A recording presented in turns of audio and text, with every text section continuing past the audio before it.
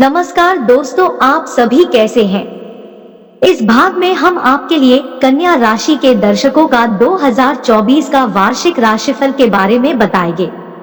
कन्या राशि के दर्शकों का आर्थिक जीवन कैसा रहेगा, आपका पारिवारिक जीवन कैसा रहेगा, आपका वैवाहिक जीवन कैसा रहेगा, आपका स्वास्थ्य कैसा रहेगा, आपका व्यापार कैसा रहेगा, यह सभी जानकारी हम आपको विस्तार से बताएंगे। ज्योतिष के अनुसार कन्या राशि राशि चक्र की छठी राशि है और यह पृथ्वी तत्व की राशि मानी गई है। कन्या राशि पर बुद्धि के ग्रह बुध का शासन होता है, जो विश्लेषणात्मक कौशल, तर्क आदि को भी दर्शाते हैं।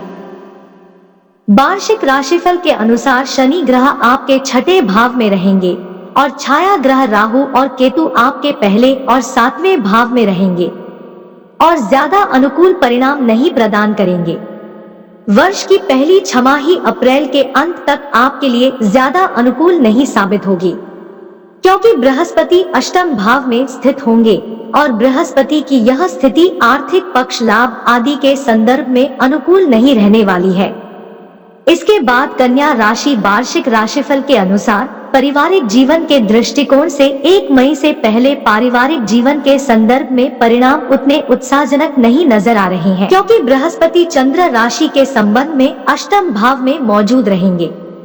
आपके लिए बृहस्पति का गोचर, जो कि मई में होने वाला है, इसके बाद समय अनुकूल हो सकता है, क्योंकि इस दौरान बृहस्पति नवम भाव में स्थित हो जाएंगे, जो परिवार में शांति और खुशियों को बढ़ावा देने वाले साबित होंगे।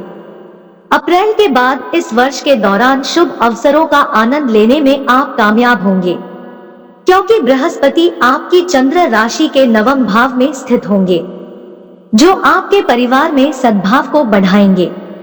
कन्या राशि के जातक मई के बाद परिवार के संबंध में अच्छी चीजों का आनंद लेने की स्थिति नजर आएंगी। अष्टम भाव में बृहस्पति की प्रतिकूल स्थिति के चलते मई से पहले आपके परिवार में कुछ आपसी प्रेम की कमी के चलते वाद विवाद भी हो सकता है।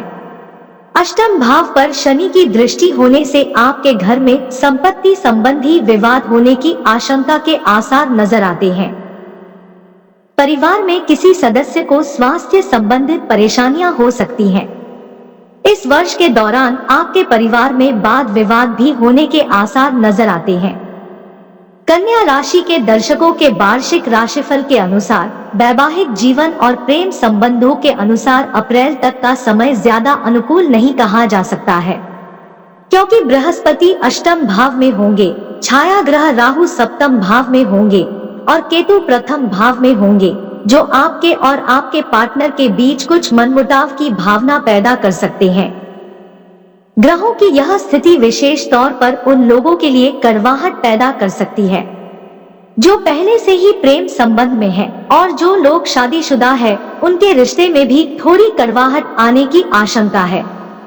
प्रेम और विवाह के संबंध में ग्रहों की यह स्थिति अप्रैल तक ज्यादा अनुकूल नहीं रहने वाली है। हालांकि अप्रैल के बाद यानी मई से गुरु का गोचर हो जाएगा और गुरु नवम भाव में स्थित हो जाएंगे। गुरु की यह स्थिति प्रेम और विवाह के लिए अनुकूल साबित होगी। अगर आप अपने पार्टनर के साथ प्रेम करते हैं और अपने रिश्ते को विवाह में बदलना चाहते हैं, तो यह समय आपके लिए अनुकूल रहेगा। छठे भाव में शनि की स्थिति भी संकेत दे रही है कि इस वर्ष में प्रेम और विवाह के संबंध में आपको सफलता मिल सकती है। अगर आप कोई भी अनुकूल परिणाम की उम्मीद लगा रहे हैं, तो यह अप्रैल के बाद ही मुमकिन है, क्योंकि इसके बाद ही बृहस्पति वृषभ राशि में नवम भाव में आ जाएंगे और तब आपको अनुकूल परिणाम प्राप्त होंगे। मई से आने वाला समय आपके लिए विवाह के संदर्भ में अनुकूल रहेगा और प्यार में भी आप शुभ चीजों का अनुभव महसूस करेंगे।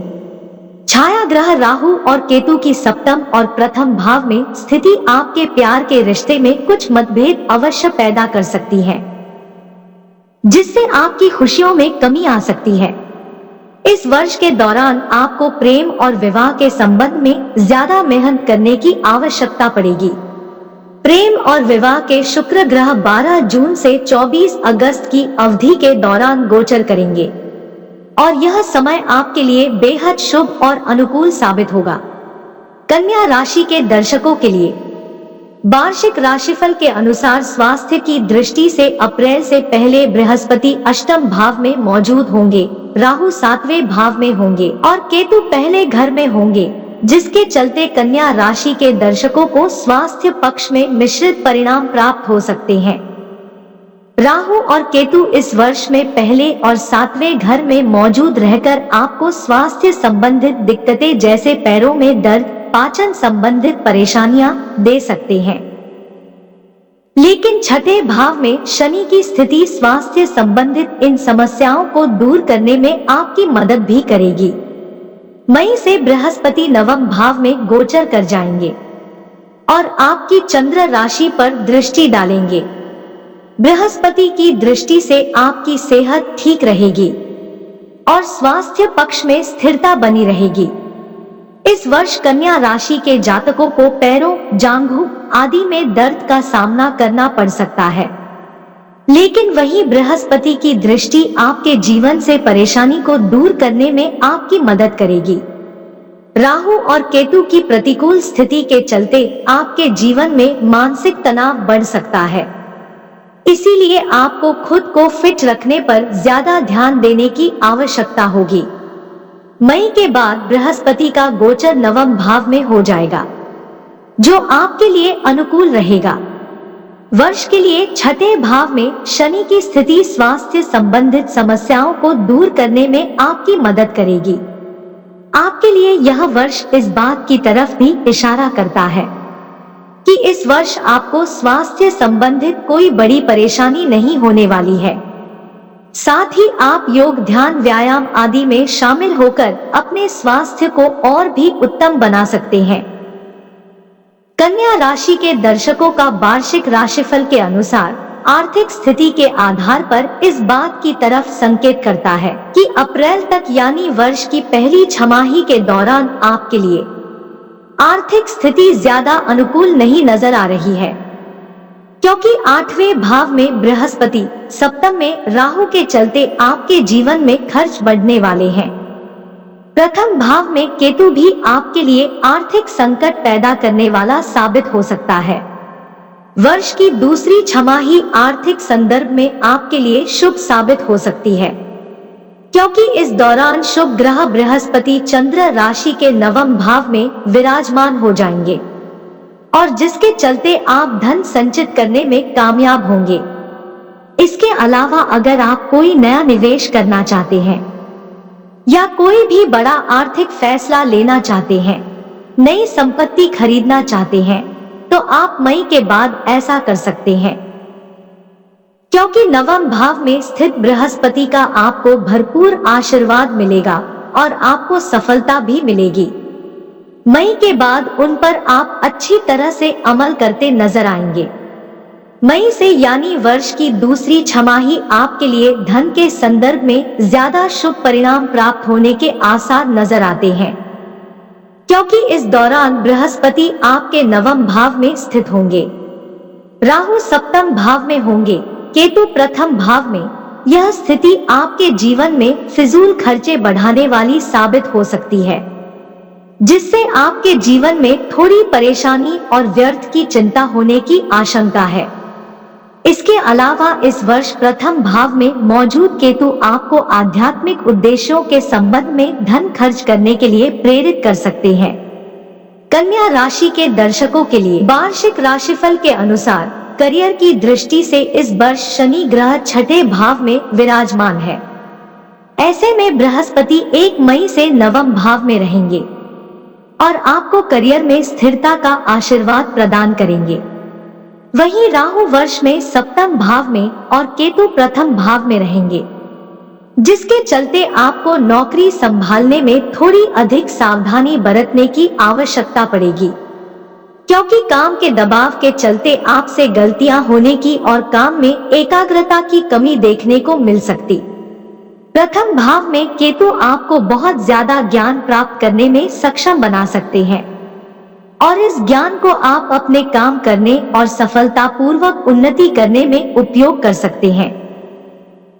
कन्या राशि के जो जातक व्यवसाय के क्षेत्र से जुड़े हुए हैं या नया व्यवसाय शुरू करना चाहते हैं तो उन्हें अप्रैल के बाद सफलता मिलने के पूर्ण आसार बनते हैं। इसके अलावा अगर आप किसी नए साझेदारी में प्रवेश करना चाहते हैं तो इसके लिए मई के बाद आपको कदम उठाने में सफलता मिल सकती है, क्योंकि नवम भाव में बृहस्पति की अनुकूल स्थिति के चलते आप नौकरी के नए अवसर, काम में पदोन्नति आदि प्राप्त करेंगे। आप अपने समर्पण और कड़ी मेहनत के चलते अपने वरिष्ठ लोगों से मान सम्मान भी हासिल करेंगे। करियर में यह सभी शुभ चीजें मई के बाद यानी जब गुरु चंद्र राशि से नवम भाव में गोचर कर जाएंगे तब मुमकिन है। इसके अलावा 29 जून से लेकर 15 नवंबर का समय शनि की वक्री चाल का होगा और इस दौरान आपको अपने काम पर ज्यादा ध्यान केंद्रित करने की आवश्यकता पड़ेगी। सप्तम भाव में राहु की उपस्थिति आपको अपने करियर के संबंध में विदेश यात्रा के भी मौके प्रदान कर सकती है और इस तरह के विकल्प आपके लिए अनुकूल साबित होंगे। सप्तम भाव के स्वामी बृहस्पति की मई के बाद नवम भाव में उपस्थिति भी आपको नए अवसरों के लिए सफलता प्रदान कर सकती है। कन्या राशि के जो लोग छात्र हैं, वार्षिक राशिफल के अनुसार शिक्षा की दृष्टि से इस वर्ष में आपको उतने अनुकूल परिणाम नहीं प्राप्त होंगे जितनी आप उम्मीद लगाए बैठे हैं,